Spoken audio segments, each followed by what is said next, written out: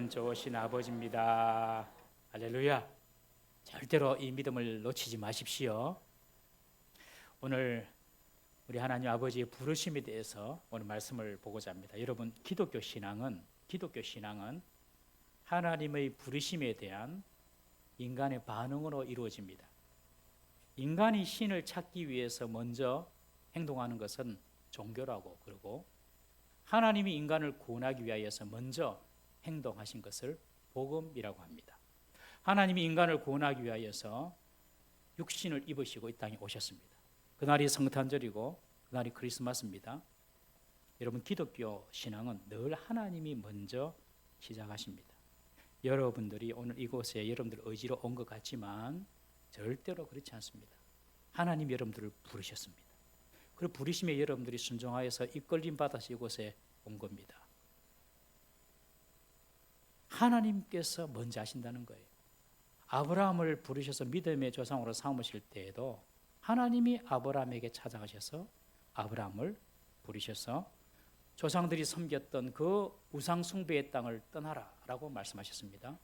아브라함이 자기가 가족들 어디서 사는 게 좋겠나 이리저리 둘러본다든지 부동산을 찾아간 것이 아니에요. 하나님이 부동산 준 게 없어. 하나님이 부르십니다. 지금 팔레스틴 땅이 그래서 이스라엘 땅이 된 것이 않습니까? 하나님이 부르셨어요. 하나님이 이끌어 주셨어요. 이게 아주 중요합니다. 나로부터 시작하는 것이 아닙니다. 기독교 신앙은 하나님으로부터 먼저 시작하는 것입니다. 아담과 하와가 이렇게 만날 때에도 하나님께서 아담의 갈빗대를 통하여서 하와를 만드시고 아담에게 하와를 이끌어 주셨어요. 기독교는 하나님이 부르시고 하나님 이끌어 주시는 종교인 줄 믿으시기 바랍니다. 나로부터 시작하는 것이 아닙니다. 그래서 찬송도 있잖아요. 너 하나님께 이끌리어 일평생 주만 바라면 어려울 때 힘 주시고 언제나 지켜주시리. 그 크신 사랑 믿는 자 그 반석 위에 서리라. 이게 기독교 신앙입니다. 주님께서 우리를 불러주시고 우리는 거기에 이끌림 받아서 순종하는 것. 그래서 성도는요, 내가 뭘 해야 되겠다, 내가 어떤 계획을 세워야 되겠다, 그 전에 하나님의 부르심이 무엇인지를 먼저 하나님께 집중하는 사람이 바로 성도입니다. 내가 먼저 하는 것이 아니에요. 하나님의 뜻이 무엇일까? 하나님의 부르심이 무엇일까? 이것을 먼저 주목하는 사람이 성도입니다. 오늘 저는 이 하나님의 부르심에 세 종류가 있다는 것을 말씀드리고 싶습니다. 첫 번째, 하나님의 부르심은요, 우리를 구원하시기 위해서 우리를 부르셨습니다. 구원의 부르심. 한번 따라해 보시겠습니까? 구원의 부르심. 목회데이트 연구소라는 단체에서 올해 6월 2일부터 8일까지 만 19세 이상 교회 출석하는 성도들 1000명을 대상으로 조사를 했습니다. 설문조사를 했습니다. 온라인으로 조사를 했어요. 제목은 한국교회 명목상의 교인 실태 및 신앙의식. 한국교회 명목상의 교인 실태 및 신앙의식, 이러한 주제로 온라인 조사를 했는데 지난 11월 23일 발표를 했습니다. 결과를. 출석교인 10명 중에서 4-5명이 조사를 해보니까 소위 썬데이 크리스천, 나이롱 신자가 많다는 거예요. 반 이상이. 어떻게 조사를 했냐면, 신앙생활에 정말 진지함이나 절실함이 있는가, 신앙생활에 정말 진지함이나 절실한 의지가 있는가 보니 별로 그런 게 없는 사람이 반이라는 거예요.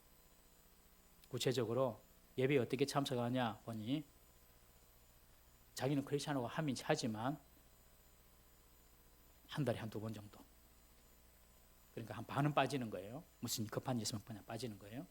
그리고 구원에 대한 확신이 있냐라는 질문에도 한 반 정도 있다고 이야기하서 뭐 없다고 이야기하는 사람도 교회 다니지만, 그리고 또 다른 종교에 구원이 있나라는 질문에 다른 종교에도 구원이 있을 수 있다라고 이야기하는 사람이 60% 이상.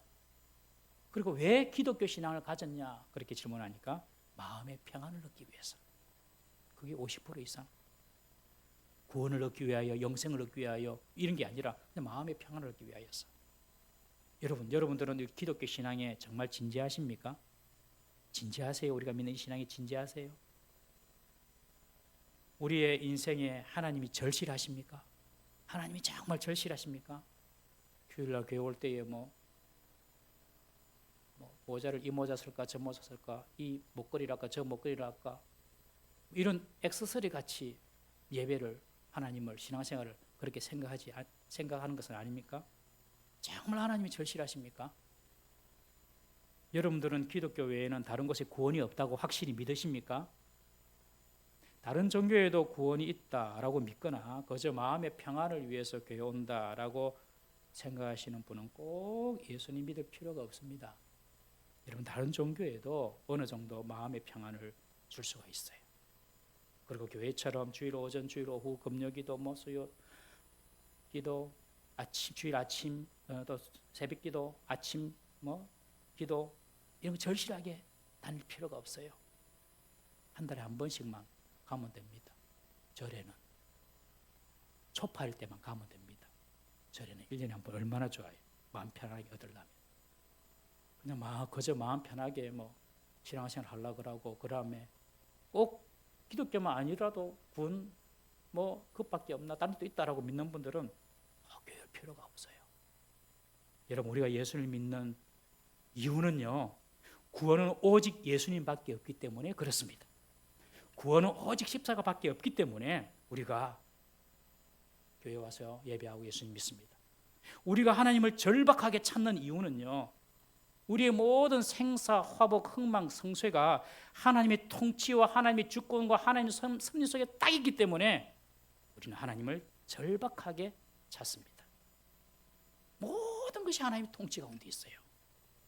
이 믿음이 있기 때문에 우리 하나님을 절박하게 찾습니다. 여러분 하나님 우리를 부르신 이유는 단순히 마음의 평안이나 이 땅에서 좀 더 잘 살고 좀 더 건강하게 살고 좀 웰빙하고 좀 교양 있는 사람처럼 보이고 이런 차원이 아닙니다. 우리의 죄로 말미암아 심판받아서 영원한 지옥불에 떨어질 수밖에 없는데 우리를 구원하시기 위하여서 독생자 예수 그리스도를 보내주시고 그 복음을 우리에게 주셨기 때문에 우리가 구원받기 위하여 예수님 믿고 교회에 나오는 줄 믿으시기를 바랍니다. 요한복음 3장 16절 한번 읽어보겠습니다. 시작. 하나님이 세상을 이처럼 사랑하사 독생자를 주셨으니 이는 그를 믿는 자마다 멸망하지 않고 영생을 얻게 하려 하십니다. 멸망이냐 영생이냐 심판이냐 구원이냐 우리는 이것이 아주 진지하고 중요합니다. 그렇기 때문에 우리는 예수를 믿고 구원받기 위하여서 말씀을 듣고 배우는 것입니다. 예수님은 이런 우리를 구원하시기 위해 우리를 먼저 불러주셨어요. 예수님은 공생의 3년을 보내시면서 단지 병자들의 몸만 고치신 것이 아니라 죄의 사함을 선포하십니다. 그러면서 그들의 영혼을 구원해 주시고 그들의 죄 문제를 해결해 주셨습니다. 중풍병자를 만났을 때에도 네 죄 사함이 네가 죄 사함을 받았다. 그렇게 먼저 선포해 주시고 네 자리를 들고 가라 그러셨어요. 현장에서 가늠하다가 잡힌 여인을 향해서도 나도 너를 정죄하지 않는다라고 말씀하시면서 죄의 문제를 먼저 다루십니다. 그러면서 구원하시는 예수님의 모습을 보여주신 것입니다. 여러분 우리가 예수 믿는 이유는 내가 구원받고 하나님의 백성이 되고 영생을 얻기 위하여서 예수 믿는 일인 줄 믿으시기를 바랍니다. 그 구원을 위하여 주님께서 우리를 불러주셨어요. 다 불러주셨어요. 하나님은 영원한 저주와 심판으로부터 우리를 구원하시기 위하여 우리를 불러주시고 우리를 예배의 자리로 이끌어 주심을 믿으시기를 바랍니다. 그래서 하나님의 부르심 첫 번째는 구원을 위한 부르심. 그러면 구원받으면 끝인가요, 여러분? 두 번째 주님의 부르심이 있습니다. 그것은 그리스도를 닮아가도록 부르셨습니다. 이것을 성화의 부르심이라고 볼 수 있습니다. 한번 따라해 보시겠습니까? 성화의 부르심. 오늘 본문 15절에 보시면 오직 사랑 안에서 참된 것을 하여 범사에 그에게까지 자라지라. 그는 머리니 곧 그리스도라. 그에게까지, 예수님 수준까지 자라라. 이것이 성화입니다. 로마서 8장 29절 말씀도 한번 보겠습니다. 로마서 8장 29절 시작. 하나님이 미리 아신 자들을 또한 그 아들의 형상을 본받게 하기 위하여 미리 정하셨으니 이는 그로 많은 형제 중에서 맏아들이 되게 하려 하심이라. 하나님께서 우리를 부르신 것이 태초전에 우리를 구원하시기 위해 부르셨는데 미리 부르셨어요. 여러분들은 지금 교회는 같지는 아닙니다. 태초전에 주님께서 우리를 다 부르셨어요. 그런데 구원하시기 위하여서 태초전에만 부르신 것이 아니라 우리로 하여금 그의 아들의 형상을 본받게 하기 위하여서 태초전에 우리를 부르셨다는 것입니다. 여러분, 우리가 구원받은 것으로 끝이 아닙니다. 그리스도를 닮아가도록 주님께서는 우리를 부르셨어요. 단지 우리가 구원받기 위해서 부르셨다면, 우리가 예수 믿어서 세례받고 다 구원받았으면 다 이 세상 떠나야 돼요. 그러나 우리는 아직 남아있잖아요. 그것이 왜 그렇습니까? 주님의 분량까지 자라고 주님의 형상을 본받게 하기 위해서 우리가 이곳에 남아있는 줄 믿으시기를 바랍니다. 주님의 분량까지 자란다. 주님의 분량까지 자란다. 주님의 형상을 본받는다. 이 말이 무슨 말입니까? 바로 예수님의 성품을 닮아간다는 것입니다. 인간 속에는 하나님께서 원래 만들어주신 하나님의 성품, 신의 성품이 있는데 죄로 인해서 다 망가졌어요. 그래서 하나님 형상이 다 무너지고 망가지고 왜곡됐습니다. 이것을 주님께서는 회복시키시기를 원하십니다. 그래서 우리가 예수 믿는 것은 구원받는 것으로 끝나는 것이 아니라 예수 그리스도를 닮은 사람으로 성장하고 자라기를 주님께서는 원하신다는 것입니다.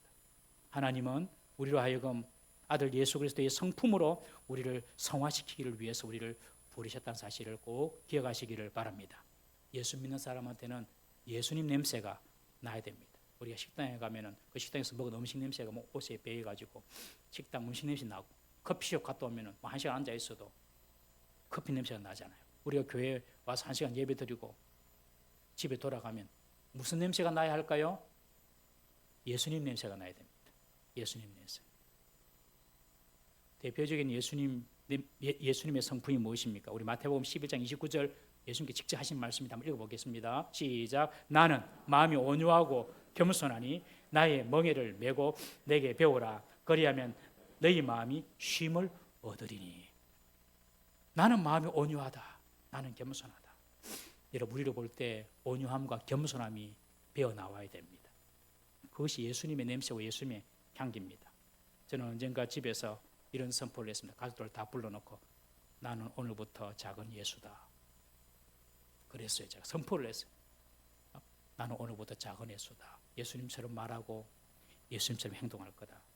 안 될 줄 알지만 뭐가 안 되니까 일단 흉내라도 내려고 일단 선포를 했어요. 여러분들도 오늘 집에 가시면 서로에게 말씀하세요. 나는 오늘부터 작은 예수다. 예수님처럼 말하고 예수님처럼 행동할 거다. 잘 안 될 겁니다. 해보니까. 그래도 한번 해보세요. 집에서 제가 조금 아닌 모습을 보이면 우리 집에 있는 막내딸 만 4살짜리가 이 말을 딱 기억하고 저를 아주 가소롭다는 듯이 이렇게 째려보면서, 이렇게 째려본 게 있거든요. 이렇게 째려보면서 하는 말이 예수님처럼 한다며. 딱 그래. 예수님처럼 한다며. 예수님 어디 갔노? 그러면 다시 애가 그러면 안 되지 하면서 자주 듣습니다. 그 말을. 여러분, 그렇지만 우리는 예수님의 분량까지 자라가도록 부르심을 받은 성도인 줄 믿으십시오. 그래서 구원을 향하여 우리를 부르셨고, 구원을 위하여 부르셨고, 두 번째는 성화애로 우리를 부르셨다. 이 사실을 꼭 기억하십시오. 마지막 세 번째로 하나님은 우리를 공동체로 부르셨습니다. 공동체로. 우리 기독교의 하나님은요, 나만의 하나님이 아닙니다. 우리의 하나님입니다. 이것이 아주 중요합니다. 그래서 주기도문에서도 예수님께서 말씀하실 때에 하늘에 계신 우리 아버지여, 그렇게 가르쳐 주셨죠. 하늘에 계신 나의 아버지가 아니라 우리 아버지여. 여러분들 개인적으로 기도할 때는 나의 아버지여라고 할 수 있지만 간혹 우리가 대표 기도를 할 때가 있지 않습니까? 그때는 나의 아버지라는 표현을 쓰시면 안 됩니다. 그때는 우리 아버지라고 부르셔야 됩니다. 교회 공동체의 대표를 드리는 기도이므로 하나님은 우리 아버지라고 부르셔야 돼요. 하나님은요, 우리를 당신의 몸인 교회 공동체를 섬기는 사람으로 우리 전체를 부르셨어요.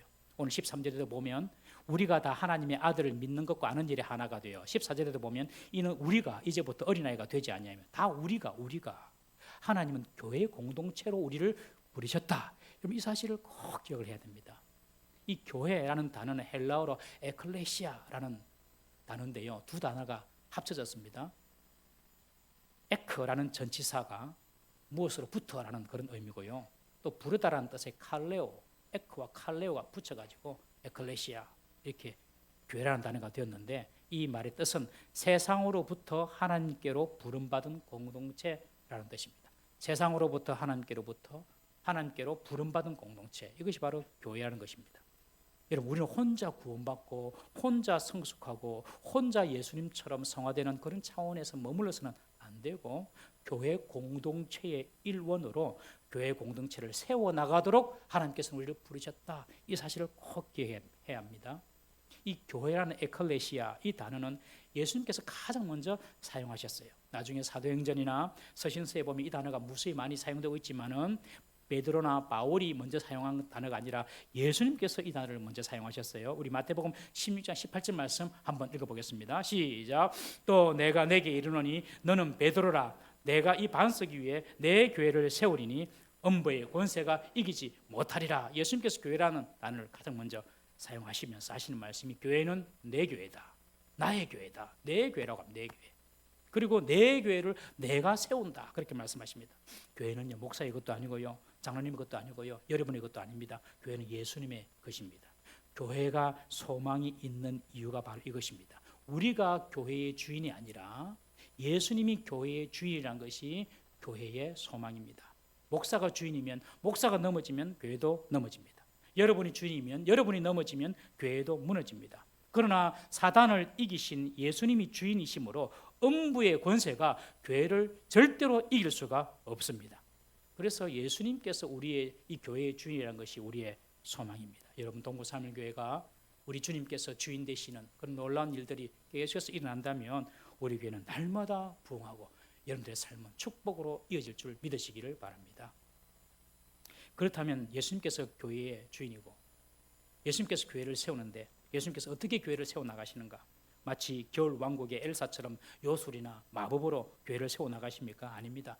예수님께서 교회를 세우시는 방법은 사람을 통하여서 교회를 세우십니다. 오늘 보면 4장 11절에 보시면 그가 혹은 사도로 혹은 선지자로 혹은 복음 전하는 자로 혹은 목사와 교사로 주셨으니 그렇게 기록하고 있는데 예수님께서 교회를 세우기 위해서는 직분자를 세우십니다. 그리고 각 사람마다 은사를 주셔가지고 그 은사를 통해서 교회를 세우십니다. 그런데 그 모든 것 이전에 먼저 예수님은 말씀을 맡은 사역자를 먼저 세우십니다. 사도, 선지자, 복음 전하는 자, 목사와 교사 다 말씀을 맡은 자들입니다.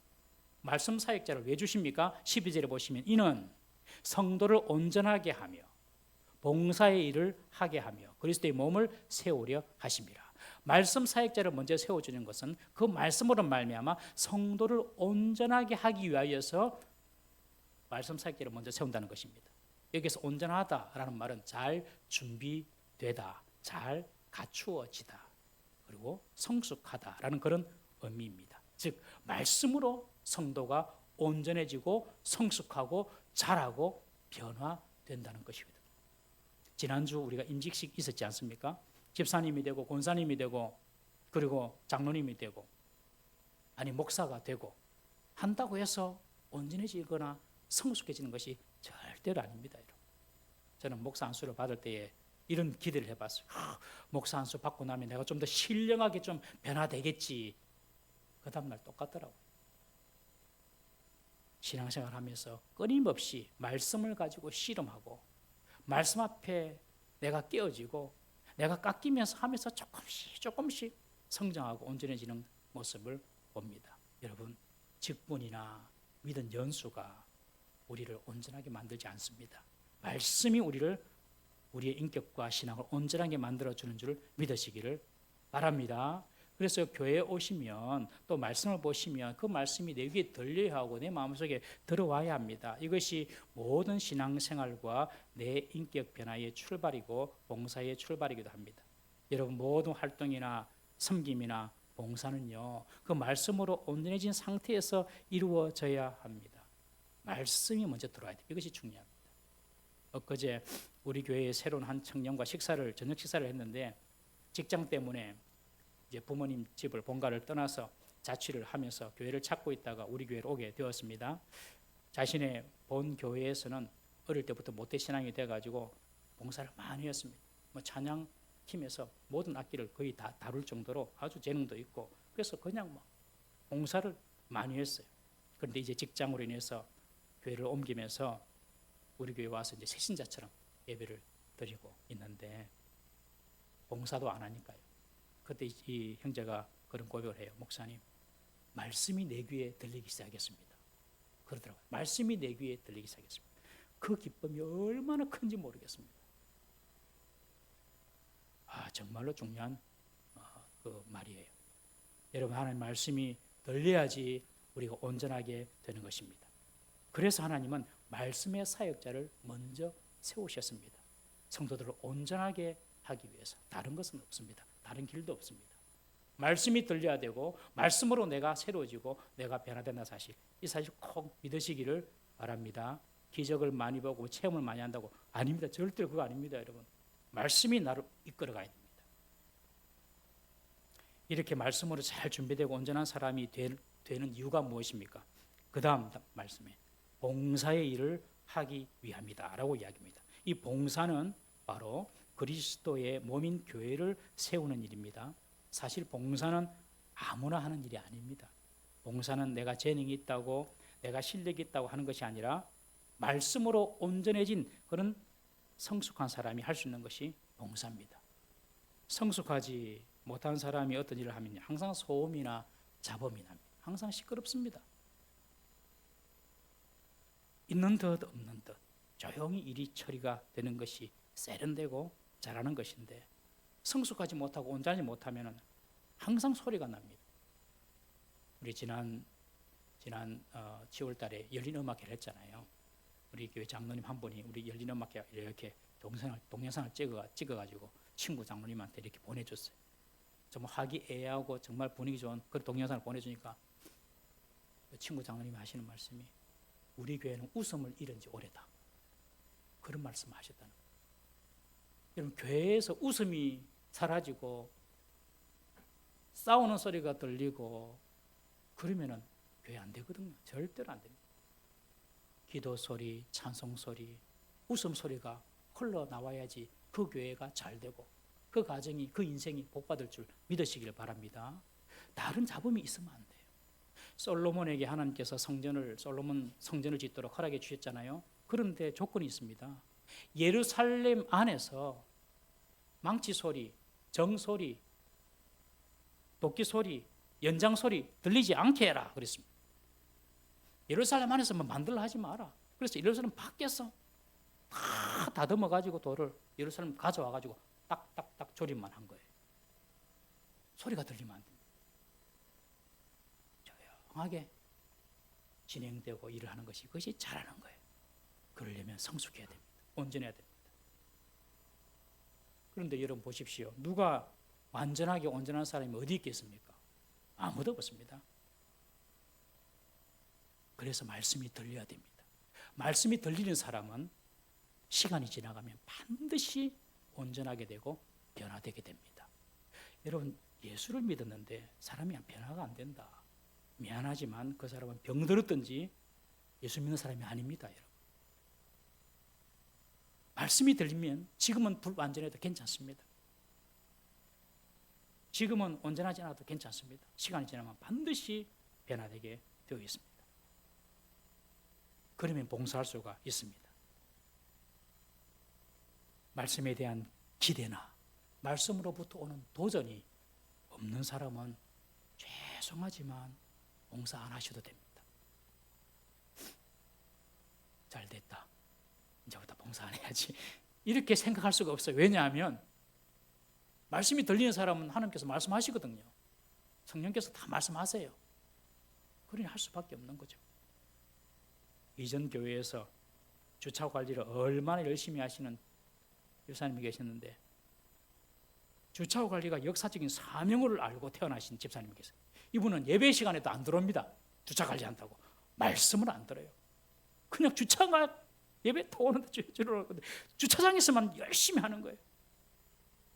여러분, 예배를 소홀히 하지 않고 말씀 듣는 일을 소홀히 하지 않고 하는 봉사는 다 자기 만족을 위해서 하는 봉사밖에 안 됩니다. 말씀이 뭔지 먼저 들려야 합니다. 내 속에 들어와야 됩니다. 그때 진정한 봉사가 되고 그 봉사로 주님의 교회가 세워지는 것입니다. 그것이 바로 공동체로의 부르심입니다. 여기서 말하는 봉사, 이 봉사는 디아코노스라는 말인데 이 말에서 디아콘이라는 집사가 나왔습니다. 그래서 집사는 봉사하는 사람입니다. 구체적으로 집사가 어떤 봉사냐, 이 디아콘이라는 이 말은요, 식당에서 웨이터 같은 사람을 의미합니다. 손님을 받고 성님을 섬기는 그런 사람, 집사라고 하죠. 여러분, 내년부터는 우리 남자 전도회에서도 식당에서 설거지 봉사를 합니다. 우리 여자들만 하는 것이 아니라 여자들만 하는 것, 남자들도 합니다. 남자들도 좀 많이 같이 참여해 주셨으면 감사하겠습니다. 제가 한 7, 8년 전인데 어떤 가족 레스토랑에 갔는데, 지금도 그런지는 모르겠는데, 가족 레스토랑에 가니까 점원이 주문을 받는데 무릎을 꿇고 주문을 받더라고요. 한쪽 무릎은 세우고 한쪽 무릎은 꿇고. 아유, 뭐 하시냐고, 이러지 말라고. 그래도 이 고객과 눈높이를 한다고 무릎을 꿇고 주문을 받는 거예요. 아, 미안하고 막 황송하고 그렇더라고요. 그렇지만 이 존중받는 느낌은 들더라고요. 여러분, 이렇게 우리가 다른 사람을 봉사하고 섬긴다면 정말 그 공동체는 아름다운 공동체가 될 줄로 믿습니다. 그러려면 말씀으로 성숙해지고 온전해진 사람이 그 일을 할 수가 있는 것입니다. 여러분, 우리 교회는 많은 봉사자가 필요합니다. 주차 관리부터 예배 안내, 새가족 돌봄, 그리고 찬양대, 교사, 방송실, 식당 봉사, 여러분 사역 지원서에 다 나와 있죠. 이런 봉사를 통해서 주님의 몸된 교회를 주님께서는 세워 나가시기를 원하십니다. 여러분, 예배 드리는 것도 봉사죠. 예배 드리는 것도 큰 봉사입니다. 미리 일찍 일어나서 준비를 해야 됩니다.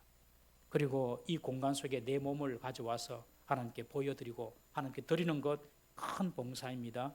그러나 우리는 한 걸음 더 나아가서 좀 더 실제적인 봉사를 해야 합니다. 그래야지 교회가 건강하게 자랄 수가 있습니다. 16절을 오늘 보시면 그에게서 온 몸이 각 마디를 통하여 도움을 받음으로 연결되고 결합되어 각 지체의 분량대로 역사하여 그 몸을 자라게 하며 사랑 안에서 스스로 세우느니라. 여기서 그에게란 그리스도에게서란 말입니다. 그리스도에게서 온 몸이 서로 연결됩니다. 그리고 결합되어 있습니다. 말씀 사역제를 통하여서 말씀이 자양분이 되어가지고 그 말씀을 받고 온전해진 사람들이 각 마디마다 서로 연결되고 서로 연합하고 도움을 주고받고 하면서 주님의 몸인 교회 공동체가 이렇게 자라게 되는 것입니다. 우리가 이렇게 예배 잘 할 수 있는 것도 주차 관리자가 열심히 주차를 했기 때문에 우리가 이렇게 예배할 수 있는 거예요. 주차 관리자가 없으면 주차하느라고 예배에 늦고 주차장은 혼잡할 것입니다. 찬양대가 없으면 찬양을 통하여 부어주시는 하나님의 은혜를 받기 어렵습니다. 방송실에 봉사자가 없으면요, 예배드리는데 억수로 불편할 겁니다. 교사가 없으면요, 다음 세대를 말씀을 양육하는 데 큰 차질이 있을 것입니다. 식당 봉사자가 없으면요, 우리가 식사하면서 아름다운 성도의 교제도 할 수가 없을 겁니다. 하나님은 우리를 주님의 몸된 교회를 세우는 공동체로 부르셨다. 이 사실을 꼭 기억해야 합니다. 하나님께서 내게 주신 분량이 있습니다. 그 분량에 맞게 그 분량대로만 섬기시면 됩니다. 주일학교 신발 정리하는 교사도 필요하고요. 우리 어르신들 교회 오기 힘드니까 교회에서 차량 운행하면 그 픽업하는 그런 일을 하실 수도 있습니다. 우리 몸에 여러 지체가 있어가지고 그 지체가 그 몸의 각 부분들이 자기 역할을 잘 감당할 때에 우리 몸이 건강하게 활동할 수 있는 것처럼 우리 교회 공동체도 모든 일원들이 자신의 분량에 맞게 크든지 작든지 봉사를 감당할 때에 교회가 건강하게 세워지는 것입니다. 나는 교회에 아무짝에 쓸 데도 없다. 혹은 나는 교회에서 은혜만 받고 가야지. 이렇게 생각하신 분이 한 번도 없어야 합니다.